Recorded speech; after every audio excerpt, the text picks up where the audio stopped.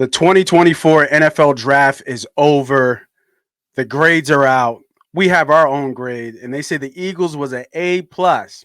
I don't know if Cooper DeJean was actually a steal or not. Let's talk about it.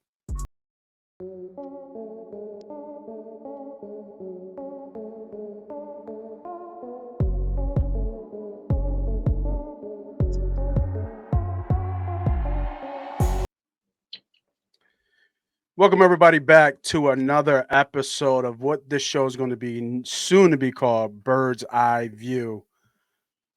I am the CEO, I'm the president. They call me Moss Money, and we got a new host for the show. Our very own professional gambler is going to be taking the reins.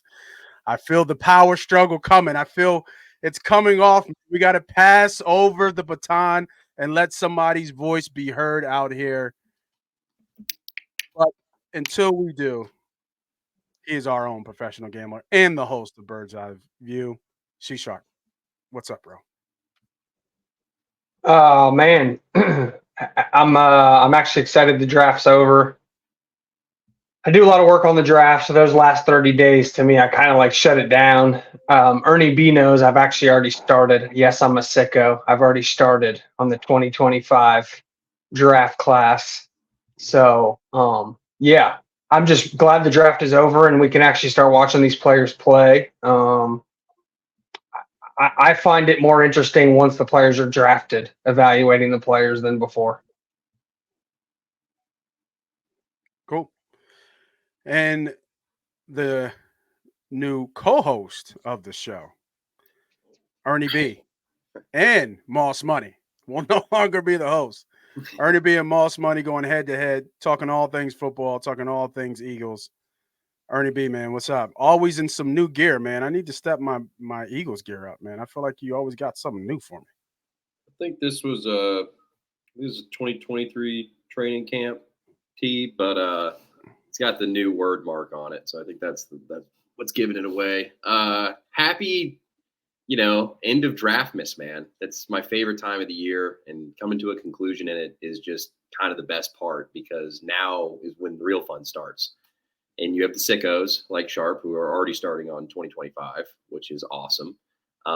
Travis Hunter gaining some serious buzz, as people expected. And I just say, man, it's just a fun cycle. I love this time of year. The off season really helps you understand the team that you are a fan of and the league as a whole. So it's I'm just also happy it's over. Because the stress of the draft is unreal for those who follow it thoroughly. It is up and down, up and down, up and down for months. I like it. So with no further ado, I turn over the baton and the mic to Sharp. Well, first and foremost, I think we should talk about the players that were drafted. Let's just run down real quick, just in case anybody missed it. I doubt many Eagles fans out there have missed the first couple picks, but maybe not everyone pays attention to day 3. So obviously Quinyon Mitchell, outside corner, first-round pick from Toledo. Great player in my mind. We'll get a little bit about him. A little bit different than normally how he does. First-round picks, he tends to, at least lately, he likes to go with the more well-known blue chip college programs, and he kind of deviated from that this time. We'll see if it works. Cooper DeJean, I think, was a great pick. I think he second round pick there, number 40 overall. I think what is very interesting about him, and there's some arguments with the Eagles fans out there. It's pretty simple. He is a safety because not a single safety was taken round 1. If he was a corner, he would have been drafted round 1. He was drafted round 2. That lets you know what the league thinks about him. So he is, in fact, a safety. So when you put that into perspective, second round pick for the Eagles safety, that's something they don't always do. So they obviously noticed this was a major position of need, and they brought in Chauncey Gardner-Johnson in free agency and then doubled down with Cooper DeJean. So fantastic pick. The next pick's kind of that pick where I don't know if a lot of fans, I knew who he was. I watched his tape. It's a total leap of faith pick here when you're talking about a Jalix Hunt. a true 3-4 outside stand-up pass rusher. I think just signifies exactly what we're going to with Vic Fangio. And maybe some of the guys we thought fit in previous renditions of this defense, maybe they won't fit anymore. And maybe the guys that we brought in free agency and a Nolan Smith and a guy like Jalix Hunt just speaks to what kind of pass rushers Vic Fangio likes to see on his team. I'll run through the last ones, just round them off. Will Shipley, Aniyah Smith, Jeremiah Trotter Jr., that's a legacy pick. Obviously, everyone's going to know that name. Trevor Keegan, interior offensive lineman from Michigan. There was just so many good Michigan players. We were bound to draft one. Total Jeff Stoutland University type pick here. Johnny Wilson, wide receiver, Florida State. He's the guy that a lot of people know his teammate, Keon Coleman. Well, Johnny Wilson is a big body. Think of a J.J. Arcega-Whiteside 2.0. Maybe it hits, maybe it doesn't, but who knows. Then you got, last but not least, they keep feeding Stoutland University. I mean, when I look at this draft, it's Stoutland University, and it was Vic Fangio. And you got another interior offensive lineman in Dylan McMahon from NC State. So I think it's a typical Eagles draft. When you look at it, I'll pass the baton to you boys. Why don't each of you pick an early round pick player and a later round pick player that you absolutely stand by? Blake, I'll start with you. All right. Quinyon Mitchell, I'm standing on 100%. A guy that if you knew about him, you knew about him pre-Senior Bowl. The stuff that came out that Nick Saban said about trying to get him to enter the transfer portal, and he just stayed 10 toes down there at Toledo. You know this, but Nick Saban revealed tonight that at Alabama, the transfer portal, the number one guy they were waiting on to see if he would enter the transfer portal was you. Oh, for real? He said that. So you decided to stick with Toledo. Yeah. How come? Just money and other opportunities. They're just not bigger than relationships. Relationships I had at Toledo, they're just so strong. So that's why I stayed. I love those guys. I love everybody in the organization. So just the relationships. I think he mentioned something about along the lines of he valued relationships over just branding himself. I mean, then he just showed out at the combine, man. I mean, this kid is just, and to make this clear, he is not Sauce Gardner. This is not Patrick Surtain. This is not Derek Stingley. But he's going to be, you're talking about a potential multi-time Pro Bowler. We'll see about All-Pro. It took Darius Slay a long time to get All-Pro, and that is his biggest pro player comparison. I think with the floor of this guy, you're looking at like worst case scenario, like a Cam Taylor Britt. And it's like, if the guy can be a starter in the NFL for a while at that size with those physical traits, you can't ask for much. I thought Greg Cassell's mentioned something about a guy that the NFC East rival Washington Commanders picked up, Mike Samerstill out of Michigan. And he goes, look, this guy's Mike Hilton. Okay. And whether you like it or you don't like it, Mike Hilton's a good football player. He's a good NFL player. And to get Mike Hilton and the value that they got, you can't complain. I mean, so with Quinyon Mitchell, I think he's going to be far better than Cam Taylor Britt. That's just his number one. I think it's his number one spider chart comparison, just by measurable and athletic testing. But and then the smaller. So what's that like? Day 3? Are we doing day 3 for that? Like 4 through 6? Let me jump in there real quick, Blake. Perfect. Because I don't want to echo what you're saying. Right, repetitive. And I'm just going to agree with you right here. I think obviously your number one pick. It's the obvious choice. But for everything you said, and not even that, what I heard from Mitchell was he was a dog. He's a dog.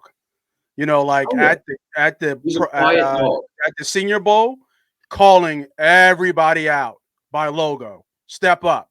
And then not only calling them out, showing out and showing up. And I think that was the reason why, he's been getting so much praise. Not just because of ball, obviously a little smaller school in Toledo, not going to get some of the highest ranked guys that you would see. But man, I think it's very similar. Obviously, different position, but like the only person that comes to my head real quick who was BG, right? Showed out at the Senior Bowl, made a name for himself, and I think Quinyon Mitchell really did the same thing. The measurables, obviously speak up. Had some eye-popping games. I think he had 4 picks in one game, if I'm not mistaken, at one point. So, I think, I'm right with you on that one pick. I didn't want to be too repetitive, but I just wanted to add that dog that you need as a corner, be able to kind of reset after one bad play and come back. He has that ability, and I think mentally that's an important piece. You know who he reminds me of? And I'm talking to a T. Now, I do think when this cornerback I'm about to mention got paid, his personality has come out a little bit more. The saying is always when a guy gets rich, he's just going to be a little bit more of who he is. And I actually think Quinyon Mitchell is a Jair Alexander clone. He reminds me of Green Bay Packers top corner. Scrappy. He's going to talk the talk. He's going to walk the walk. Yes, sometimes he's going to get burnt, but he's going to come back the next play and be right there in trail phase. So I don't think we're getting a top 5 corner of the future, but I think we're getting a guy who's going to be consistently in that top 6, 7, 8, 9, 10, a true number 1 corner that you can rely on for a decade. So I love the pick. I love what you guys said. Now let me hear, I'll kick it right back to you, Nate. How about give me a day 3 pick? Give me one of those day 3 picks. Just one player. If you got 2, that's fine. Talk to me about one of those day 3 guys that you just think has a chance to truly carve out a long-term role with the team. I really like the William Shipley pick, to be honest. The Hunt pick makes, is kind of a project, but I mean, his tape seems like, a Evangio guy. But I think Shipley can really carve out a role here in this offense. There's Barkley, obviously do it all type of skill set. They do have Kenneth Gainwell, still kind of do it all type of skill set. I think this Shipley's just, when you look at his tape back in Clemson, he was really great out of the backfield, and I think that's what we value here in our running backs. That kind of dual threat who can be an explosive guy out of the backfield, and he wanted to be here. That was the thing that I got from, his interviews, that he loved the conversation that he had with the RB's coach that, doesn't ring a bell in my head right now, but he wanted to be here. And when you have a guy who had a pretty decorated career and then he wants to play for you, I love that combination. So I expect Shipley to actually contribute not only on special teams, but have some plays for him coming up in the future. As long as he can stay up and pass block and pass pro, I think he should be okay. I don't know that much about him if he can do that or not on some of those third down situations where they might have to check and he has to stay in there and hold his ground. I think Gainwell has an edge there, obviously, and we know Gainwell's a Sirianni guy too. But, I think out of all those picks outside of the top 2, I think Williams Shipley has a chance to not only make this roster, but get on the field as well. Ernie B., let me ask you this real quick. Just a quick aside question, speaking on running backs, and then I'll let you speak on the player that you would like to talk about. When Kenny Gainwell was drafted by the Eagles out of Memphis, the talk was, man, this guy's a receiving back more than a running back. We haven't really seen that with the Eagles. We've kind of more seen that he's actually a pretty reliable in between the tackles runner with not much juice in the passing game. Do you think that's why they brought in Will Shipley? Do you kind of agree with Nate that he's more of a receiving back, or do you like Will Shipley as a true guy you could give the ball? Say Saquon Barkley got injured and you needed Will Shipley to carry the ball 15 times. Do you think he's that, or do you think it's simply Gainwell's not the receiving guy we thought, and this is that answer?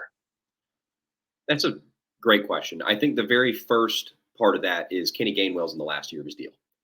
And I think this is the Eagles' approach behind RB2. I think they're going to try to sustain having an RB1 of maybe not elite level, but really good level, maybe for the future. This is new. Getting a guy like Saquon Barkley is new. But what they did with Kenny Gainwell, and I think they got a good return on it as far as his production. Obviously, he was portrayed to us and was sold to us as a receiving back. You know, this guy can line up at the X, you know, whatever. I think Will Shipley was he was a Red Star player for them. That's a fact. He was a Red Star player for them. And let me cut you off right there. There's a lot of fans out there that have no idea what Red Star. Explain what the term Red Star. What does an organization mean when they say he's a Red Star player?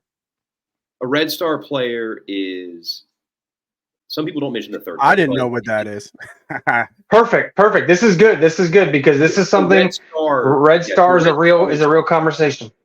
A Red Star is like your front, we call them brass. Okay. Your brass has a stamp on a player. They meet your tape, they meet your character, and they meet your team fit. Like this guy is a Philadelphia Eagle. Like they see it through and through. Like it's the one that you're stamping is like, this is Avonte Maddox was a Red Star player. If that, like a guy that Sidney Brown was the Red Star player last year. Yeah, Sidney Brown was Red Star last year. It's a high honor for the player from that team. It doesn't necessarily mean anything league wide or anything like that. I mean, every team has their own Red Stars. So I'll put it into one sentence. It is the player in the draft that each organization has identified as that player's ethos fits the ethos of the organization. Doesn't mean the player's the best player in the world. Doesn't mean they even think this player is going to be maybe nothing more than a special teams captain for a long time. But the owner and the GM and the head coach, that's usually kind of the three people in line here, all have met this person, and the person, they are literally Red Starring the human being more so than the football player. That's what that means. He fits the culture. He's an Eagle. You said it best when he's saying of any player in the draft class, he is an Eagle. Yes. And I like it. Like, I just think Shipley is like I said, I think the biggest thing is Gainwell's in the last year of his contract, and I'll keep this short and sweet. Shipley's a good football player. I love the touchdown production. I don't like the fumbles. He's a good size backup, and the Eagles have been looking for a plus 200-pound running back for the past 5 years, okay? Gainwell is not that. Now, will Gainwell be an Eagle next season? I got no idea. I couldn't tell you that. Mm-hmm. Getting into the guy that I would stamp as my a guy that I really like on post, the first two picks. I'm going to go Anais Smith at a Texas A&M, and I'm going to go ahead and tell Eagles fans right now, I'm predicting that this is our starting slot receiver. This is going to be he's going to be featured a lot, and I think he's going to beat out Paris Campbell for the job. Oh yeah, he's going to get a lot of looks. I think he has. I can see him as a special teamer. He's gonna get more. I thought that was his star, right? His thing was. He's gonna get more work than people think. I think we're gonna see more than we saw out of Quez Watkins. He's not anything great. Like, we're not talking about a guy that, like, his career high in receiving yards might be 565, right? Like, but I just see a player that is going to produce in a Kellen Moore offense. He's good in open space. He can do end arounds, he can line up in the backfield if he has to. You're talking about a guy that's 5'9", 190 and bench press 225, 21 reps. That's a strong little fella. We got a little muscle hamster. So I'm buying in on that. Honorable mentions are for sure the Stoutland University new enrollees. That's interesting. Nate, what do you just respond? That I'll respond after you respond, but just what do you think about who the player Ernie B first mentioned, and what do you see that he could vault himself to wide receiver 3 first year? Do you see that ascension for the rookie? Who's competing with him? Well, let's just let Nate respond, and then we'll both and I talk. Do you see that ascension? Because that would be a big ascension. Yeah, I didn't think he was that good of a player. I mean, I know he was all-purpose in terms of a player in college. But, he has some ability to run after the catch. I think, that is a credit to his strength. But he was really more of like a kind of like an all-purpose guy, right? He could run, he could do punt returns, he could do kick returns. So that's kind of how I saw him. I never thought he would be a threat in terms of, a third receiver, because he's got some vets in front of him. You mentioned Campbell, you got Watkins, and I think they just signed John Ross too, right? If I'm not mistaken. No, Watkins plays for the Steelers, and John Ross is in on a rookie mini camp invite. So that's Is just it invite? I'm sorry, Watkins did leave. Yeah, I'm sorry. Yeah, so I mean, you got Ross and Campbell who do have a lot of NFL experience, and so I don't think I disagree here. I don't think he'll break, and make that without an injury, and make that third receiver.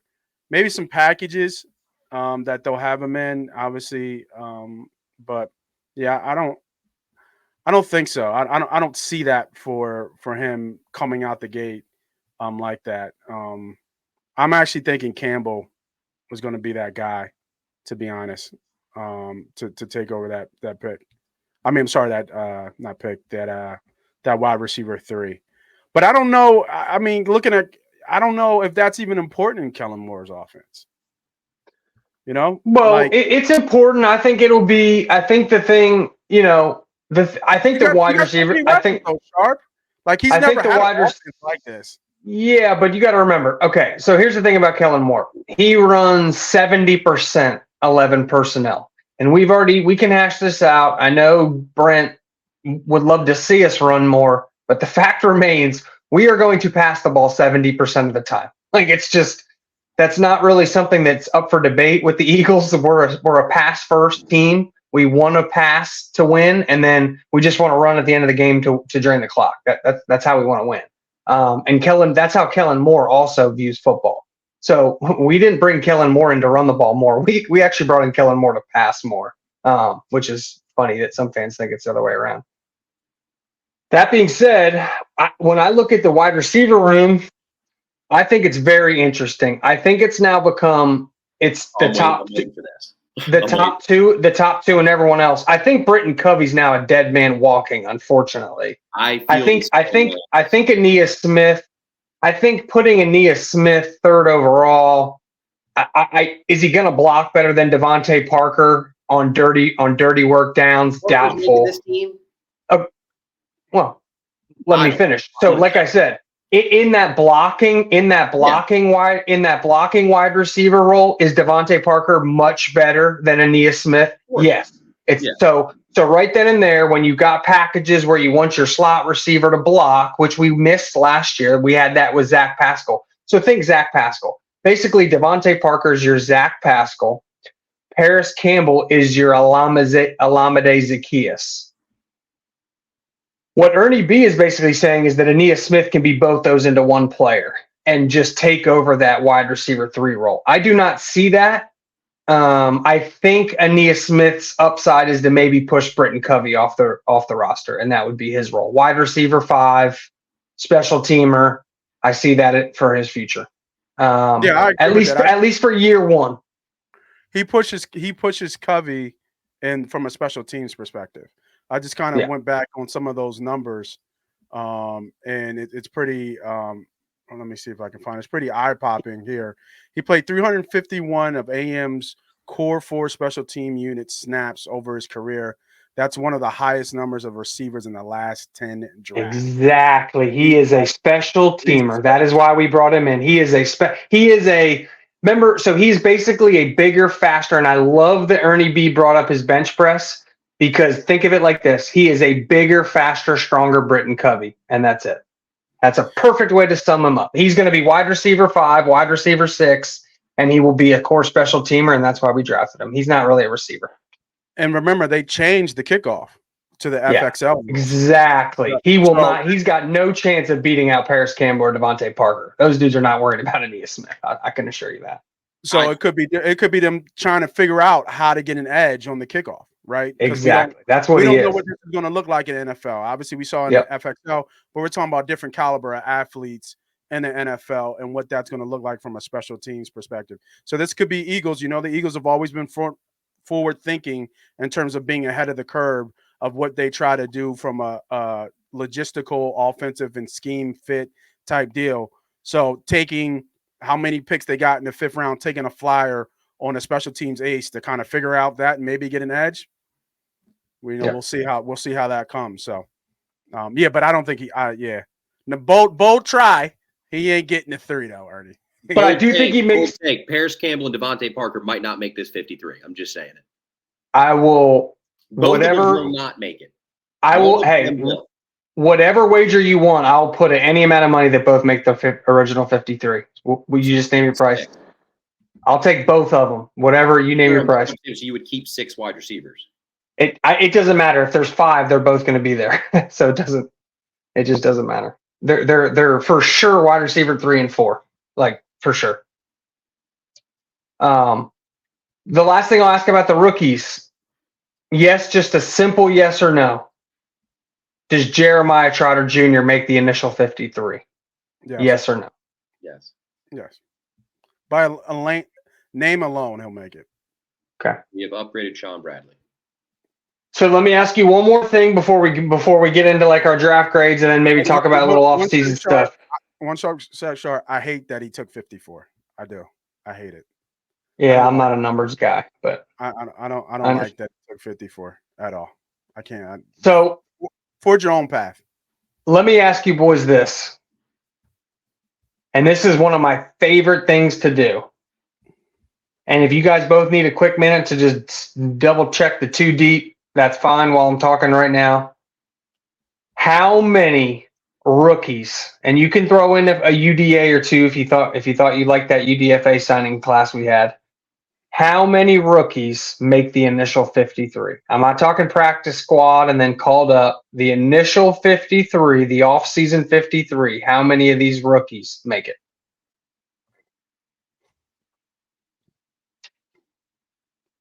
I don't see a ton of holes on this roster, boys. When I look at the 53 before the draft, I didn't see more than 6 or 7 roster spots up for grabs, and we drafted more than 6 or 7 kids. So, I'd like to hear how many of these guys you think make the roster.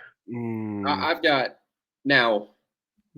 Should we note that in the past few years, every draft pick has made it, but we have not picked 9 players in I don't know how many years it's been, but it's been a while since we've had a haul this big.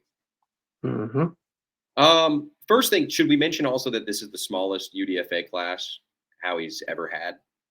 Which I think just goes hand in hand with what you just said. It's one of the largest drafted classes we've had in a long time, and that's going to correspond with one. We also led the league going into the draft in players under contract. And this all comes back to the COVID 90-man roster 1 cut off season. But I think the Eagles are ahead of every team in the NFL in this aspect by far. But all right, I'll go with I'm gonna say 8 out of the 9 make it, and I think that they can sneak McMahon down to the practice squad and call him back up. What I want to point out at linebacker that'd be interesting for Jeremiah Trotter is how does this team view Zach Bond, pass rusher or multi kind of, I mean, he played inside outside for the Saints, so they wanted Van Ginkel, they settled for Zach Bond. But I'm gonna go 8 out of 9, and I'm gonna go no UDFAs for I think the first time in since 2020 is the stat that no UDFAs would make the final 53. Nate? Ooh, man. So we had 9 total draft. Yeah. We drafted 9 guys, and I think we signed 4. Is that right? UDFA was 4. I think we signed at 6. 7. Oh, I just said 7. Is it 7? Okay. 7 with a bunch of rookie mini camp invites. Okay. Yeah, so they've got a lot of invites. I saw it was the least amount of money we've spent on a UDFA class in a while too. So I don't even. Oh, it's out of character, and how he admitted it at the post-draft presser. It was kind of hilarious watching him cringe, mentioning he's only signing sub 10 UDFAs. I mean, he was just like, "Wow, it's gonna be a small class." Yeah, I think I'm gonna go a little bit lighter. I think 7. So who are you cutting? You got to tell me who you're cutting. I think we cut. I don't think Smith makes it. We just talked about him. I can't wait to have this Dang. conversation. This week is 5. great. I'm I so cannot wait to glad. have this I'm conversation. so glad we had this conversation because Ernie B's got him wide receiver 3 and Moss Money's got him off the And roster. can This I is please great. clarify that I think we need another wide. I think Paris Campbell can't stay healthy, and I think Devontae Parker, who statistically has the worst separation of any NFL wide receiver in the past 10 years. I mean, But he's brought in to block. he ain't freaking blocking. Devontae Parker actually had one of the better blocking. He's back-to-back years now. He's been one of the 195. He should be decent. I mean, I don't know. I just don't like. I didn't like the Devontae Parker sign. I didn't like it. It irked me. I don't Well, mind I mean, that's a good. I just think that and I think this might be looking ahead about how we drafted and who has say behind the scenes here. But I'm looking at our draft class, and I just think we keep our linemen, right? I think we keep our linemen. I think we keep our running back. Obviously, the 2 cornerbacks. So the only thing that's really left is Trotter's going to make it, and then you have the 2 receivers that we drafted, and I think they'll fall in love with Johnny Wilson's size, right? It's been a while since we had, somebody of that size. Now I know he has some, some drop issues and some polishing, but you've heard it all before through youth, through college, through the league. You just can't coach size. You just can't coach size. He's 6'6", 6'7". Like you just can't coach that. And looking at our UDFA guys, there's some intriguing names here. I think the biggest one is the Tennessee. I won't try to butcher his name, but the tight end from Tennessee. He's got a shot. He's got a shot possibly to make the team. I know his numbers are not good, but they've been looking for a tight end too for a while. My top 2 would be Gabe Hall out of Baylor and Kendall Milton out of Georgia. Gabe Hall's a defensive tackle, and Kendall Milton's a running back. Yeah, Hall's a prototypical 5'10". I mean, 6'6", 6'6", 290. 298, I think. I mean, he's leaner. He's a little bit lean. They said he's a little bit leaner, but he showed out at the Senior Bowl, as from what I saw. He showed that, and I think he's got really, really long arms. Yeah, he's got a pretty wicked upper body. He's a really decent size. So, he's got a shot to get into that tackle rotation, man. But I say 7. They only have 8 under contract, including Gabe Hall right now. So that's a very interesting position. Yeah. So they got to find. I mean, I can't say it enough. I was a big fan of a pass rusher. You got to find pass rushers. You do. You got to find pass rushers, and you know what I mean. And I think Fangio has a different philosophy when it comes to his defense. He thinks that the back end will help the pass rush. I'm just the opposite. I think the pass rush helps the back end. A little bit different. So, and you can see that in how we put together our secondary right now. That's Fangio all over it. So they got to find who can rush the passer, to be honest. And because we don't know, giving up Reddick it's going to be a huge loss. And I get it. We don't pay 30-year-old D linemen. I get it. I understand. But man, that's a lot of production who walked out the door, and there's nobody behind. You can't tell me who's going to get me 10 sacks. You can't, because I don't know if Huff can do it for full time. Bryce up. I don't know if he can. I would be stunned. I mean this. I would be stunned if Jalen Carter and Bryce Huff don't combine for 24 sacks. Stunned. I wouldn't. Stunned. Huff's gonna. And Jalen Carter, guys. I mean, guys, think of what Jalen Carter's probably now the most talented player on the roster, at least on defense. And no, year 1 to year 2 is when NFL players take their biggest jump. Guys, Jalen Carter is going to explode. Jalen Carter is going to explode. Just it's every position. But yes, I don't even know if it's defensive tackle as much, but I think there's a lot of positions where it's harder mentally that take longer. But he's going to take a massive jump, and he's about to be one of the league's best players. It's coming. Yeah, no, and I hope so, and I think he has the talent to. But what I'm saying, as a defensive lineman, your mindset, when you're a third down specialist or a pass rushing specialist, you don't got to worry about the run. You're coming on where you can put your hand in the dirt or you can get in your 2-point stance and you can just go. Like the play, like when I played in college, the play was Nate go. Yeah, but That you're was the not. play. But guess what? Here's the thing, Nate. In Fangio's defense, those outside linebackers don't have to play the run either. Fangio doesn't care about that. Yeah, so when that's easy, that fits into Huff, but can he do it for 17 For years? sure. For sure. I hope so. For Because sure. we're doubling his reps in a But year. here's the thing. Here's the thing. You also now just brought in Hunt. So anytime, so now it's like, oh, Huff needs a blow, here comes Hunt. Huff needs a blow, here comes Hunt. Huff needs a blow, here comes Hunt. Nolan Smith needs a blow, here comes Hunt. Nolan Smith needs a blow, here comes Hunt. Hunt's just going to be that. Now Hunt's your designated pass rusher. We hope so. We hope so because remember he didn't see good talent. Was it Houston Christian where he came from? It's not like he saw good talent. I will say this, Nate. Nate. Pass rusher is one of the few positions I don't need to see you come from a big program. I don't. Offensive line, I do, because I need to see you go against a dominant pass rusher for me to know. But if you just are twitched up, I can coach you to hand-to-hand fight. I can coach you to flatten your arc. I can coach you how to beat a tackle. Yeah, I don't know about that. Some people can't finish. Because Nolan Smith is twitchy. Nolan Smith can turn the corner. Nolan Smith knows how to drop his pad level, but Nolan Smith don't know how to finish.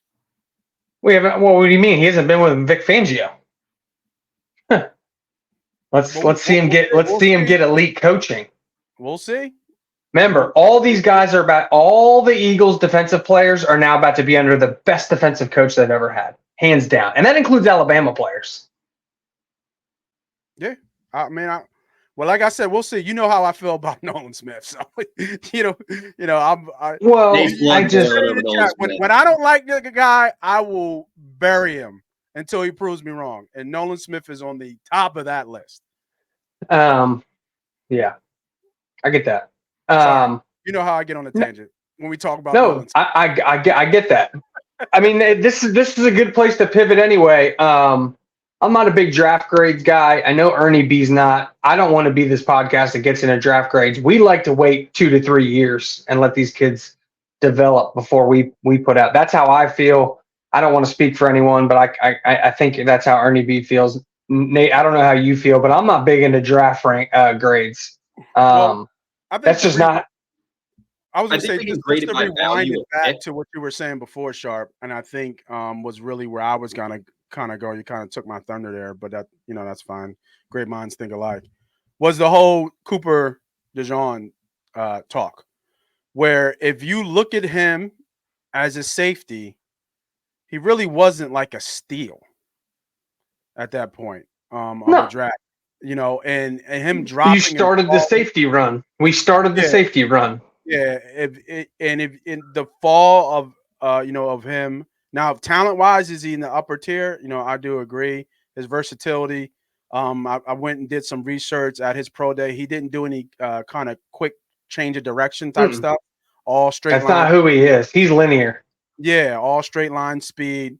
So when you take away some of that cornerback stuff that you want to see, he's not an outside corner, and if you take that away. Did they get the best safety in the draft? Yes. And they've been looking for that for a while now. It's been a long time since we were able to draft what we feel was the best safety in a while. We've been looking for that for years. So when you look at that from that perspective, from a grade perspective, everybody gave them an A+, obviously because of the first 2 picks. But when you give that, I think I'd change it up, man. I don't think he was a steal of the draft. I really don't. I think they picked him in a good spot. I felt like they gave up a lot, but they did get the player that they wanted and they had on their board. So kudos to them to go and getting their guy. But yeah, grade or not, I don't think was it an A+. No, like you said, we got to see how these guys strap up and play. That's what it really counts to. And hopefully, I love the versatility with him and Garner as your two starting safeties. That versatility of where they can pretty much flip flop, and I think that's where Exactly. the Eagles are. When the Eagles are good, they have that tandem of safeties that can really flip flop. Exactly. That when there's not a free, they're just two safeties. I think you can have some fun back there with those guys. Think about the 3 safety packages too, getting Blankenship back out there. I mean, and then Sidney Brown once healthy. I mean, Fangio, like we keep hinting at, Fangio's hands are all over this defense. Like, and this draft is just it just shows, man. Fangio, his voice is heard. I disagree. I disagree, but yeah, well, I don't because I mean, Sharp, you said it earlier. They don't have any holes, a lot of holes on offense. So I felt like the first 3 picks, unless there was somebody who really fell, it wasn't going to be any offensive players picked. They just drafted the first quarterback in the first round since 2002. But he was a top 10 pick that dropped to him in 22. Didn't tell you that, or they would have taken him in the top 10. Yeah, I don't think I didn't see top 10 out of any corner in this class. I think we talked about this. This was the top of the top was the top of the top. The top of the top was quarterbacks, offensive linemen, wide receivers, and then depending on where you felt about Latu, and Bowers, I thought they were top 10 players. I know some people didn't just because of injuries and whatnot. Those are kind of your wild cards. Just on talent, they're top 10, but some people just whatever. He didn't go 5, Sharp?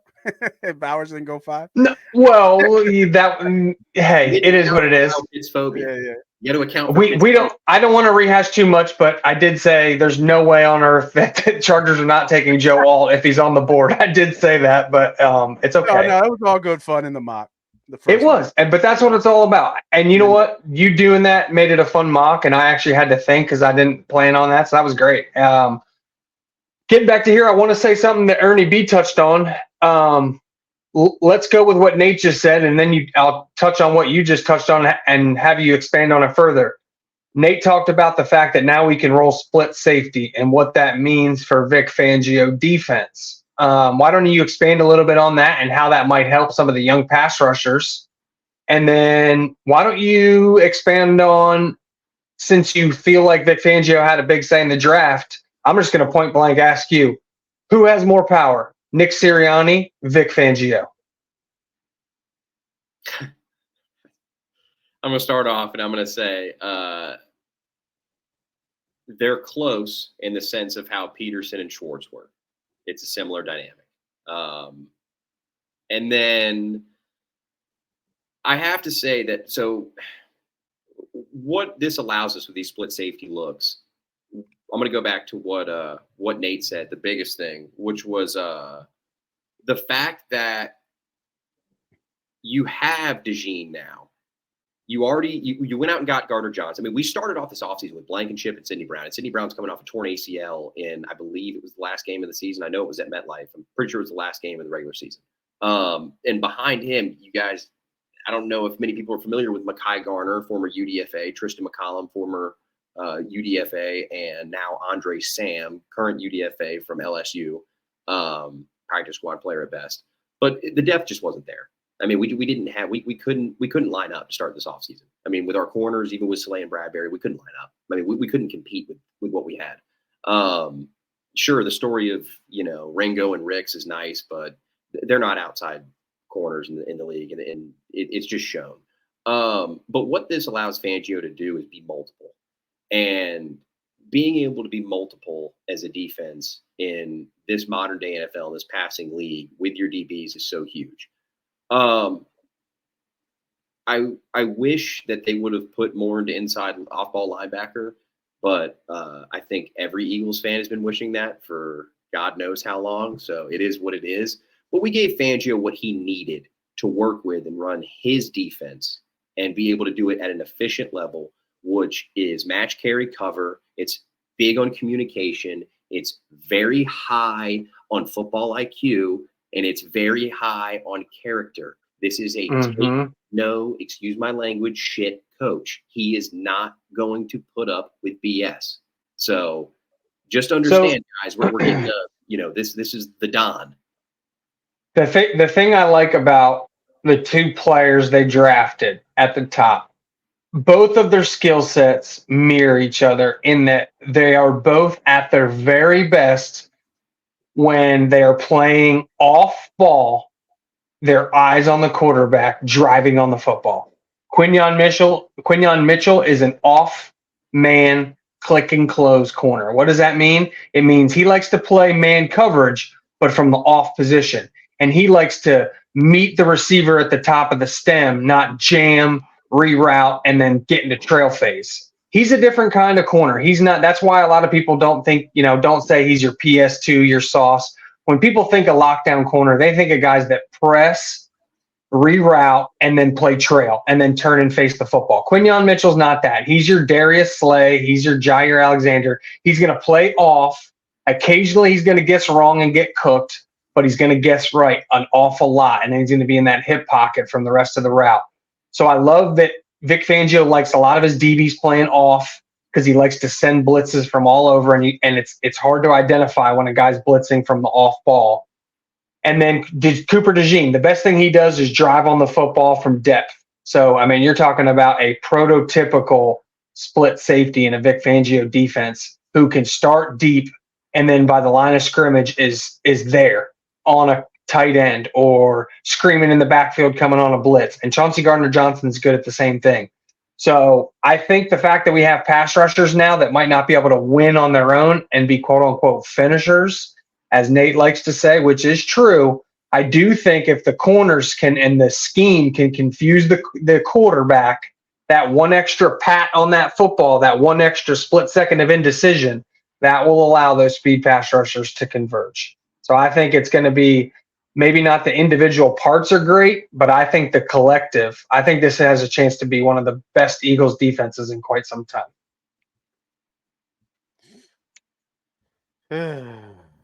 Talk it up, Nate. Come on, man. Yeah, tell me why you disagree. And I love it. I love it. Tell me why. Because I'm still worried about the pass rush. I really am. Now, I think I saw a stat from their Super Bowl run. They had 125 tackles for loss, TFLs. Last year they had 99. So they went from 125, which led the league, and then last year they were dead last in the league. And then they lost talent. Like talent went out the door.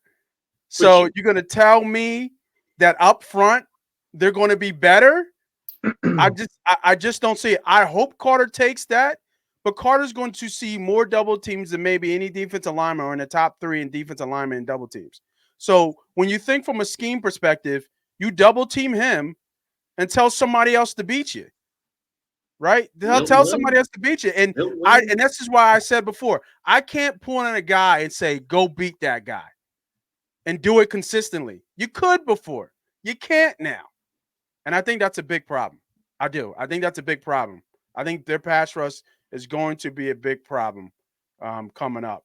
Thank God they got the talent that they have and they sorely need it in the back half because they're going to need it. But yeah, man, if somebody max protects and we're not blitzing, which is probably rarely, we'll probably blitz what Fangio's half? It's going to be sub 20. Yeah, he's not a big blitzer. He likes to rely on coverage to confuse the quarterback more than speeding the quarterback up. Right? Schwartz wasn't a big blitzer. Go get him. You know what I mean? He wants to be. Schwartz just was wide 9. Everyone's coming after the quarterback. Pin the ears back. Yeah. So if that's even the case, even more, I hope that Huff pick works out, man. I really, really do. I really, really do. Have you seen like I'm just curious, like you ever watch like an interview with him where like he doesn't have pads on?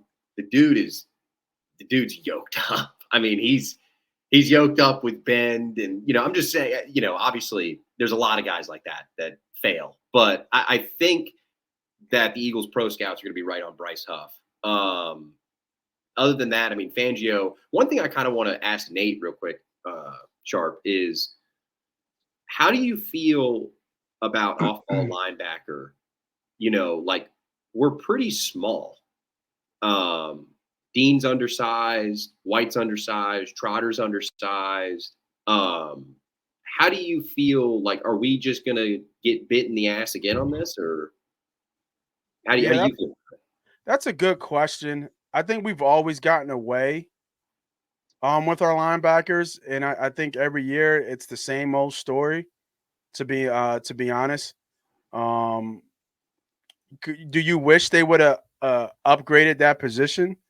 You do, but I mean, I'm trying to think. When's the last time they took an inside linebacker high? Was it In Bradley? the first round, I think it's like the 50s. But Jordan Hicks, Michael It was a Kendricks, were the third. most I think Hendricks was a recent. third. Kendrick But was the outside guy, and he was a we blitzer. won a Super Bowl with Hicks and Bradham. Oh no, hold on. Hicks was Hicks no, might that have was, been hurt. that was TJ Edwards. I'm thinking TJ Edwards was an undrafted. TJ Edwards and Kaiser White was the most recent Super Bowl tandem, and they had a really good run. Kaiser White was he wasn't homegrown, right? He was brought in. No, he was a free agent. No, he was signed from the Chargers. We're talking about homegrown, free. I want to say UDFA was it Edwards, Stuart but I mean, Bradley? Old Stuart Bradley, way back, 6'4", white guy. Was it Wisconsin he came from? Remember he had concussion issues? I think Kendricks was a second-round pick. Let me look. Kendricks. Yeah, he was for sure from UCLA. I know that for sure. Yeah. But he was an outside Kendricks guy. He wasn't an inside guy, and he was great at blitzing. When you let him loose, it was go. But I'm talking about an inside linebacker. They've always thrown darts at it. But yeah, it's just that. Yeah, and I just think that's their philosophy. So I want to stem this into draft real quick because a guy that I think a lot of us and a lot of the community and some people are going to have questions about is Peyton Wilson. Peyton Wilson was on the board at the Jalix Hunt pick. And my theory is, and I don't have any inside info on this, but I do want to say the medicals didn't clear. I mean, point blank period. If they didn't clear, because a third round pick, they would allocate that. They showed it to Kobe Dean. I mean, they've done it. I want to be very clear there.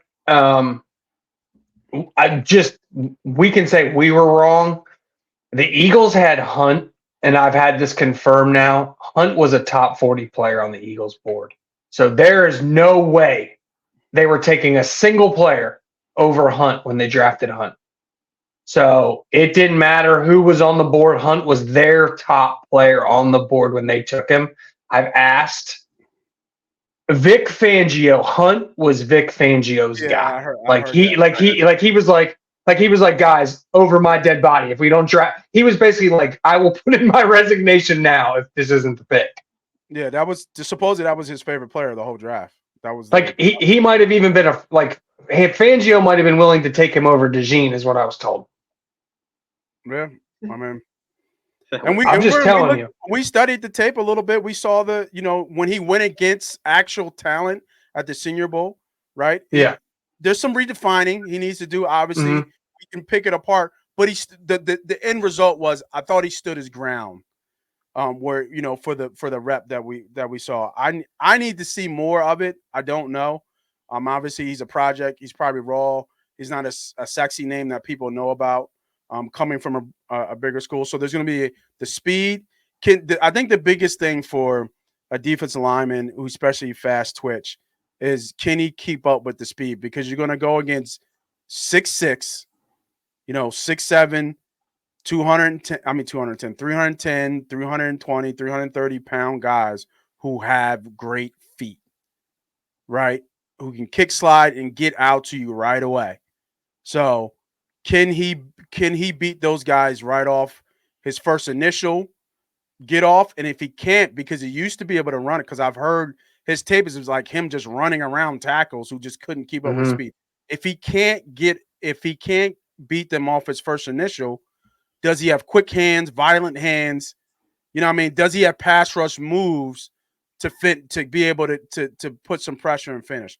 And that's the real question that I have with him that you want to see. So I will be watching him closely. Like preseason, I don't typically watch preseason games, but I'll be interested to see what he can do in a preseason game. Because if he can consistently beat backups, consistently beat pressure, then he's got a shot to be what Sharp says at that swing third, fourth rotational pass rusher guy, where he can come in 20 snaps and give you solid reps. This is a former safety. This is a Until he former gets safety stronger. of Cornell. This is Yeah. a former safety. Flat zone coverage is in play. I mean, And you know what, guys? Part of me thinks, and I've heard this. I was told that Howie Roseman thinks if the guy if Nate's right, and it just turns out that, hey, he's just not big enough, like tackles are just going to be able to just sit on him, or even he's just not going to be able to flatten the arc against offensive linemen. It's just not going to work. He takes too many steps to get there, and he's just not going to get home. I have been told that they do believe he has the instincts to play off-ball linebacker.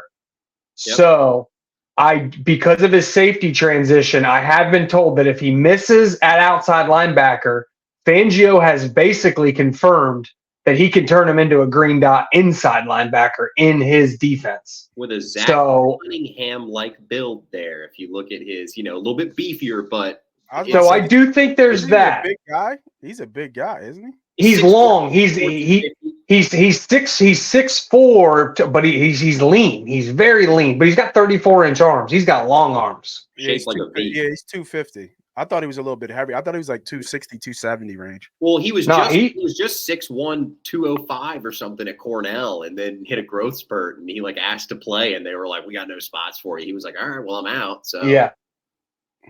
I mean, the long story short, this guy is a total. I mean, this is the definition of a boomer bust pick. I mean, there's really probably going to be no in between. This guy either hits and he's a really good football player because he's just a freak of nature athlete that had a late growth spurt and he's just one of one, or we just took a major whiff and he's probably going to be out of the league like a This is Davion Taylor also- very soon. this I is mean, also doesn't this feel like? No, like, well, this is I not wanted to Davion say. Taylor, like, we have to Let me say something. I want to say this does feel like it's either Davion Taylor or Hassan Reddick. There's no in between. Well, yeah, but I'm talking about from the prospect standpoint. It's nothing close to what I mean. Davion Taylor was a flat out 7th round pick. Like, the kid barely. Well, I think Jalix Hunt's tape says 7th round pick. Well, yeah, but I mean, So measurable. I think you're talking about the same thing. I think you're talking about a guy who was drafted 4 rounds higher than his tape off traits. So he, in 4 years, he's going to either be a notable name and a double-digit sack guy, or he just won't be in the National Football League. That's kind of where I know that's a crazy big window, but that really feels like where he's headed. It'll be one of the other. We would have had future All-Pro Peyton Wilson thumping next to N'Kobe Dean, as the fans want to say.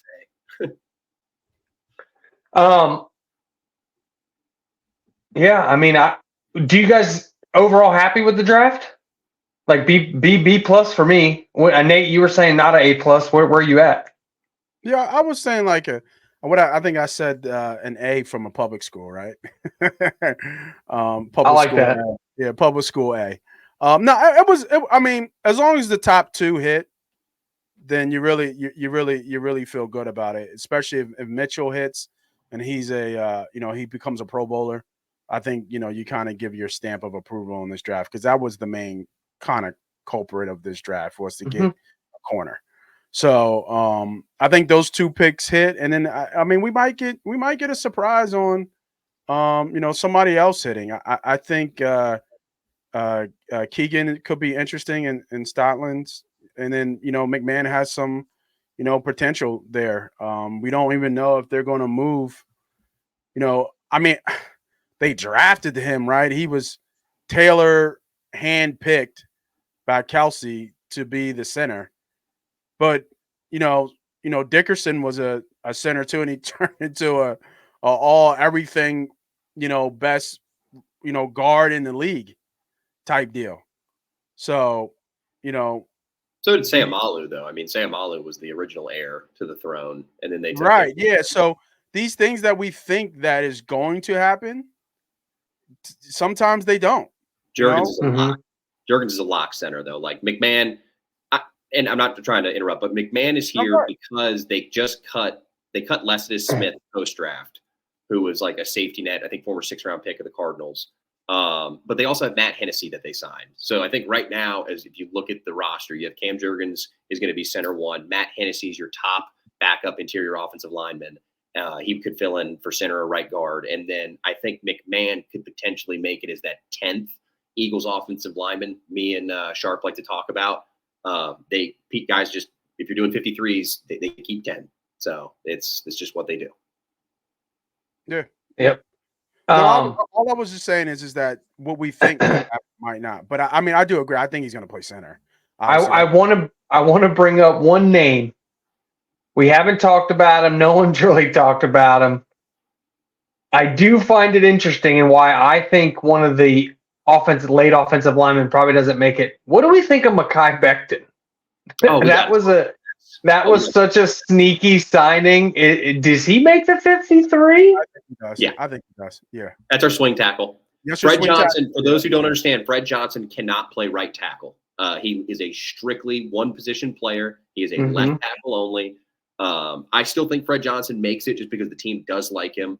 But that was a guy that personally me and Sharp had thought about for a while that kind of had some left tackle potential. They lost Dillard, they filled in, whatever. Becton's our swing tackle, and I actually heard from, I think it was per Inside the Birds, that Stoutland believes that even at his size, he could play guard in the right situation. So he sees this guy as a tackle guard, as far as I understand.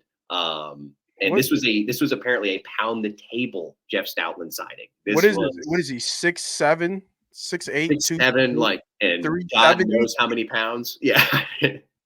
How do we keep him and Jordan Davis away from each other in the cafeteria? I don't know. They're just going to be competing by who's playing the center. All I know is the day we signed him, our head chef was like pounding on the table. Yo, Howie, I need a raise, brother. You got Mailata, Dickerson, Davis, and now Becton, bro. I can't cook enough food for these guys in the morning. It was great value. It was a great value pick. We're talking about a kid who's only 25 years old. I mean, for the fans have to understand, this is at this time, this is where Howie is so much better than every GM in the league. This is post-draft, and he signs a guy like this. I mean, this isn't a 31-year-old former star, offensive lineman. This is a young kid that, was in a bad place as far as the Jets go. Yeah, I would agree with that. Winning solves everything. I think, yeah, and I think we're in a good spot. I will say the one thing about the defense that concerns me is it's a lot of moving parts. I feel like it's just a lot of youngsters, a new scheme, a new voice, new leaders, integrating some rookies, some second-year players trying to become leaders. That does feel like a lot of things to come together in one season, and that normally just doesn't happen. I think the talent is there to come together, but I just don't know if it's all going to come together and be the perfectly cooked meal it needs to be. And I do think this team will need to rely on offense once again. What do you guys think? I agree. I don't think we see the year that we had out of Gannon, just because he had 2 years. That was his second year of getting things how he wanted with majority of the same players. But I do think we see a incredible improvement from this, as I like to call them, pseudo coordinators we had last year, in Sean Desai and Brian Johnson. They're just, I don't know. That was just bad. Yeah, I agree. I mean, this offense is built to be the best offense in the league, really. So who has a bigger chip on their shoulder this year? Jalen Hurts or Kellen Moore?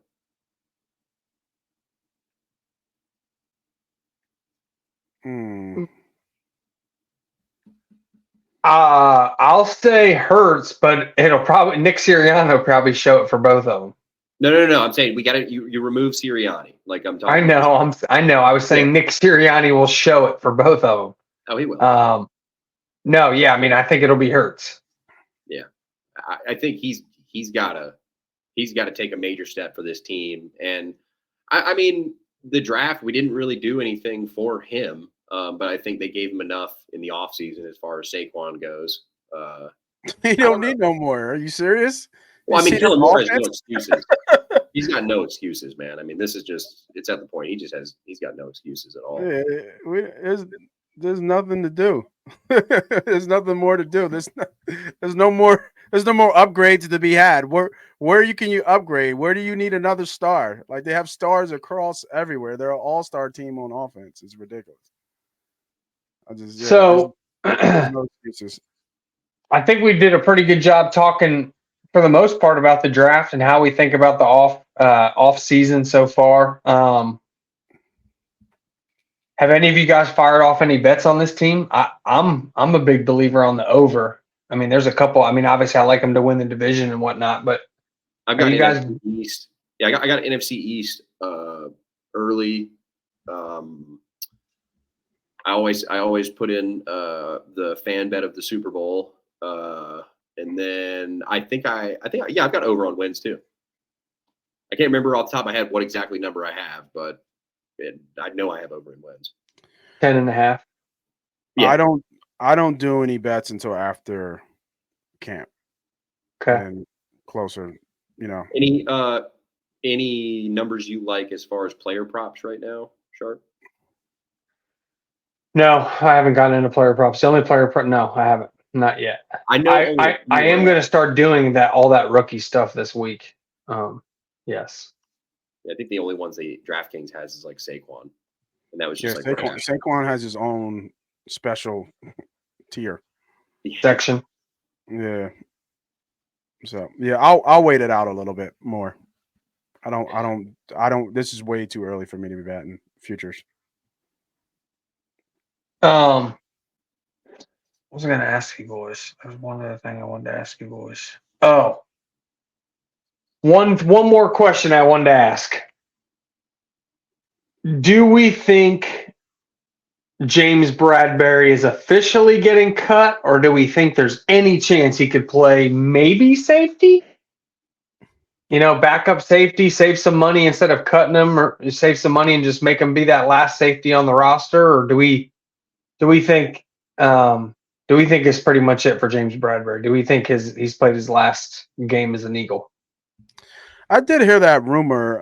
Obviously, there's been some successful guys, notably Jenkins, right? Malcolm Jenkins was successful in making that move back to corner. Back to safety. I don't know.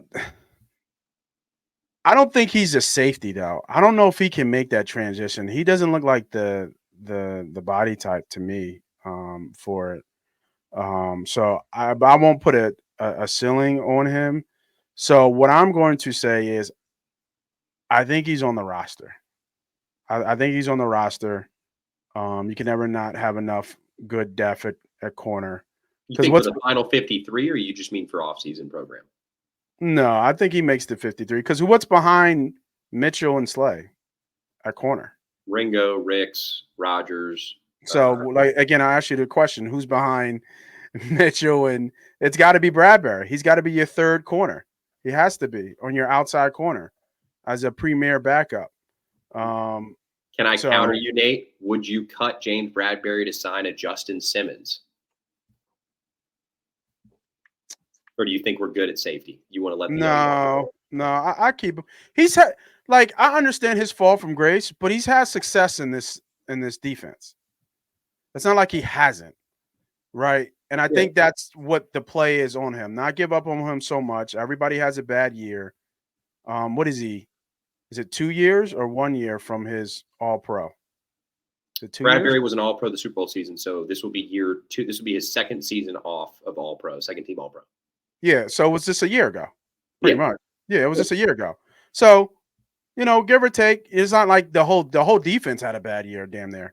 So, and he was part of that. So, looking at what you have behind the depth at corner, and the fact that he might be able to play safety too. If you need somebody who can a little bit rangier, can cover a little bit. I think Brown. I was a fan of Sidney Brown. But I think he got exposed in coverage with he took a lot of bad angles. Very aggressive and overly aggressive, but took a lot of bad angles. So, I think Bradberry stays around. I think he's one of the locker room leaders quietly. One of those quiet leaders in there. So I think he makes the 53. I'm going to say he gets cut post June 1, but I honestly don't know. I do think it's interesting. Yeah, I think it's interesting. I think this show's been interesting from the standpoint we've taken some polar opposite stances. I cannot wait, absolutely cannot wait to see what happens with our rookie Anaya Smith. We're on polar opposites there between you two. That'll be fun to see where he lands. Is he going to be wide receiver 3, or does he make the team? I think what you just talked about, I could see it going 2 ways. I could see James Bradbury have an integral part of this team, as Nate's suggesting, and I could see him getting cut very soon, as kind of myself and Ernie B are assuming. So I will say, let's not count out the fact for trading for a conditional 7th based on playing time to God knows who. But just so people know, it's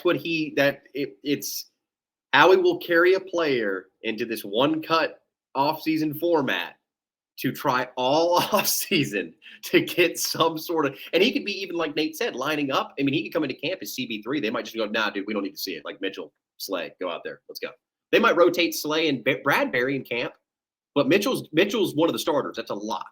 So I will say I'll go with the third view on this. I think he is in camp, and he's there for competition and insurance. But I think the entire time they are waiting for somebody to get desperate and trade for a 30-year-old outside corner, a year off of an all-pro, and you get a conditional 7th that could be a 6th or something like that. I like it. I mean, I don't have too much. I mean, unless you boys feel like you needed something to get off your chest, Eagles related, I feel like we did a pretty good job with this first show. What you think, Nate? How you feeling? We just talked a whole hour on the Eagles. Overtime, Sixers, Knicks, 97-97. Insane. Right now. Insane. They came back. It's crazy.